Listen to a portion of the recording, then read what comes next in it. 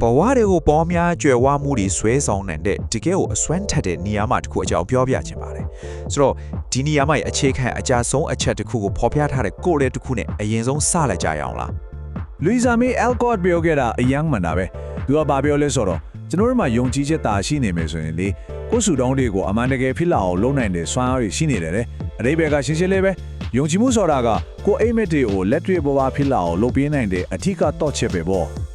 ့ဒီလိုဖန်တီးယူတဲ့ process မှာအဆင့်30ပဲရှိပါတယ် ASK ကိုတောင်းဆိုတာ believe ကိုယုံကြည်တာပြီးတော့ receive ကိုလက်ခံရရှိတာပေါ့အဲ့ဒီထက်မှာဒီနေ့ကျွန်တော်တို့အဓိကပြောကြမှာကအလေကဒုတိယအဆင့်အရေးအကြီးဆုံးလို့ပြောလို့ရတယ်ယုံကြည်ခြင်းဆိုတဲ့အပိုင်းပဲဖြစ်ပါတယ်ဟုတ်ပြီဒါဆိုယုံကြည်ခြင်းရဲ့စွမ်းအားအကြောင်းကိုနည်းနည်းလေးလက်စံနဲ့ကြည့်ကြည့်အောင်တကယ်တော့လေဒီအဆင့်အဓိကချက်တာပါလဲဆိုတော့ကိုယ့်ရဲ့မတိစိတ်ကိုဖြစ်ချင်တဲ့စန္ဒတွေနဲ့ line တစ်ခုထဲမှာကြာသွားအောင်ညီယူဖို့ပါပဲ အဲ့ဒီတော့ယုံကြည်မှုဆိုတာဘာကိုပြောတာလ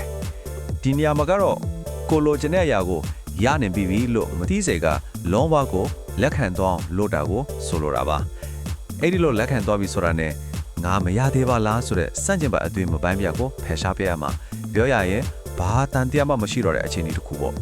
ဒါပေမဲ့ဒီလိုယုံကြည်ဖို့မှာအကြီးမားဆုံးအတားအဆီးတစ်ခုရှိနေတယ်အဲ့ဒါကဘာပဲဆိုတော့ကိုတွင်းစီထဲမှာဖြစ်နေတဲ့ပတိဘေခါပါပဲအထူးသဖြင့်ငါမှမရှိဘူးမလုံလောက်ဘူးဆိုတဲ့ရှားပါမှုယုံကြည်ချက်တွေပေါ့အဲ့ဒါတွေကိုဘယ်လိုကြော်လွှားကြမလဲလာကြည့်ကြည့်အောင် လူတယောက်ရဲ့စိတ်ထဲမှာလေတိုက်ပွဲငယ်လေးတစ်ခုအမြဲဖြစ်နေတယ်လို့မြင်ကြည့်လိုက်ပါတစ်ဖက်မှာကတိစိတ်လူကပေါများချင်တယ်ကျွဲဝချင်တယ်လို့အမြဲတောင်းတနေတယ်ဒါပေမဲ့နောက်တစ်ဖက်မှာကမတိစိတ်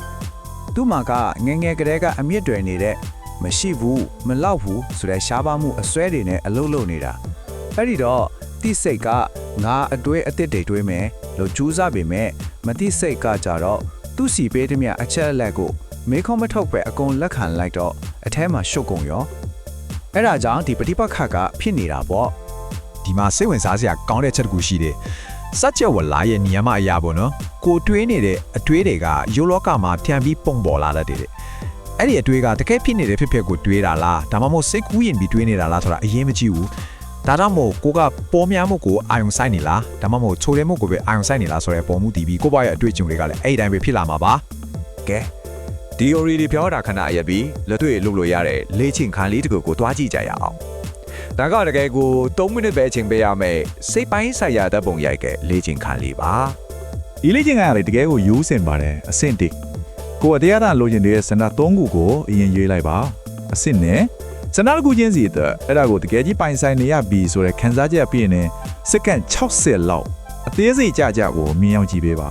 ါပြန်အဆင့်3နောက်ဆုံးမှာတော့အဲ့ဒီပျော်စရာကောင်းတဲ့ပုံရင်ကြီးကို click ဆိုပြီးစိတ်ထဲမှာတပ်ပုံတစ်ပုံရေးယူလိုက်ပါဥပမာပြောပြရမယ်နော်ကားတစ်တစီလိုချင်တယ်ဆိုပါတော့အဲ့ဒါဆိုအဲ့ဒီကားကိုကိုယ်တိုင်မောင်းနေတယ်လို့မျိုးစတီယာရင်ကိုကင်ထားတဲ့ခံစားချက်အဲ့ဒါကိုစက္ကန့်60လောက်မြင်အောင်ကြည့်လိုက်ပြီးတော့ရင်ကားတစ်ကြီးရဲ့ရှေ့မှာကိုကဂုံယူစွာနဲ့ pose ပေးပြီးဓာတ်ပုံရိုက်ခန့်နေတဲ့ပုံကို click ဆိုပြီးရိုက်ချလိုက်အဲ့ဒီအတိုင်းပဲနိုင်ရတစ်တလောင်းလိုချင်တာပဲဖြစ်ဖြစ်အပိုင်းဖြီကြီးထက်ချင်တာပဲဖြစ်ဖြစ်အကုန်လုံးတွေသုံးလို့ရပါတယ်ဒီနေ့ဒီလေ့ကျင့်ခန်းကဘာလို့ဒီလိုတောင်အစွမ်းထရလဲတိလားအကြောင်းရင်းကရိုးရိုးလေးပဲကျွန်တော်ရဲ့မတိစိတ်ကလေစားတွေစကလုံးတွေထက်ပုံတွေကိုပိုးကြိုက်လို့ပဲပုံတွေဆိုတာသူ့ရဲ့ဘာသာစကားလို့ဖြစ်နေတာအဲ့တော့ဒီလိုပုံရိပ်တွေကကိုယ့်ရဲ့တိစိတ်မှာရှိနေတဲ့ဖြစ်ပါမလားဆိုတဲ့တန်တရားတွေကိုအသားလေးကြော်သွားပြီးမတိစိတ်ကိုတိုက်ရိုက်သွားတက်ရောက်နိုင်လို့ပါပဲ ကဲအခုဒီယုံကြည်မှုရဲ့နောက်ွယ်မှာရှိတဲ့သိပ္ပံနေကြအချက်တချို့ကိုအချင်းချုံပြီးကြည့်လိုက်ကြရအောင်စိတ်ဝင်စားဖို့ကောင်းပါပါ တကယ်တော့ဒီလေ့ကျင့်ခန်းကိုတိပန်နေကြရှုထောင့်ကနေထောက်ခံပေးတဲ့သဘောတရားတွေအများကြီးရှိပါတယ်ဥပမာ neuroplasticity ပေါ့ဒါကဘာလဲဆိုတော့ထက်ခါတလေးလေတွေးရင်ဦးနှောက်ရဲ့တိဆောက်ပုံကိုတော့ပြောင်းလဲနိုင်တယ်လို့ဆိုလိုတာနောက်တစ်ခုက mental imagery စိတ်ကူးထဲမှာမြင်အောင်ကြည့်တာကတကယ်လက်တွေ့လုံးနေတာနဲ့ဦးနှောက်ရဲ့တူညီတဲ့နေရာတွေကိုလုံဆော်ပေးတဲ့ placebo effect ဆိုတာကတော့ယုံကြည်မှုရဲ့စွမ်းအားကဘယ်လောက်ကြီးလဲဆိုတာကိုပြတယ်နောက်ဆုံးတစ်ခုက reticular activating system RAS ပေါ့ဒါကတော့ကိုယ်အာယုံစိုက်တဲ့အရာကိုဦးနောက်ကဘလို့ filter လုပ်ပြီးတတိပြုမိစေတယ်လဲဆိုတာကိုရှင်းပြတာပါအဲ့ဒီ RAS ကြောင်းကိုနင်းနေလီပိုရှင်းအောင်ပြောပြမယ်နော်သူကဦးနောက်ရဲ့ gate ဆောင်လိုပဲဥပမာကိုကကားနီလေးတစ်စီးဝယ်မယ်လို့စိတ်ကူးလိုက်တာနဲ့လမ်းပေါ်ထလိုက်ရင်ကားနေအောင်နေပဲတန်းစီပြီးတွေ့နေရတယ်လို့မျိုးပေါ့အဲ့ဒီလိုပဲကိုက ပေါ်များကျွယ်ဝမှုကိုအာရုံစိုက်လိုက်ပြီဆိုလာနဲ့ဒီ RAS ကပေါ်များမှုနဲ့ဆိုင်တဲ့ဖွင့်လန်းတွေကိုပဲရွေးပြီးကိုမျက်စိရှိကိုပို့ပေးတော့မှာပါ အာယုံစူးစိုက်မှုကကိုယ့်ရဲ့အမြင်ကိုဘယ်လိုလေးတောင်ပြောင်းလဲပင်နိုင်တယ်လဲဆိုတာဒီမှာရှင်းရှင်းလင်းလင်းတွေ့နေပါတယ်ကိုယ့်ရဲ့ focus ကမရှိဘူးမလောက်ဘူးဆိုရင်ချိုတဲ့မှုအပေါ်မှာပဲရှိနေရင်အခွင့်အလမ်းတွေကလည်းနည်းနည်းလေးပဲရှိတယ်လို့မြင်ရလိမ့်မယ်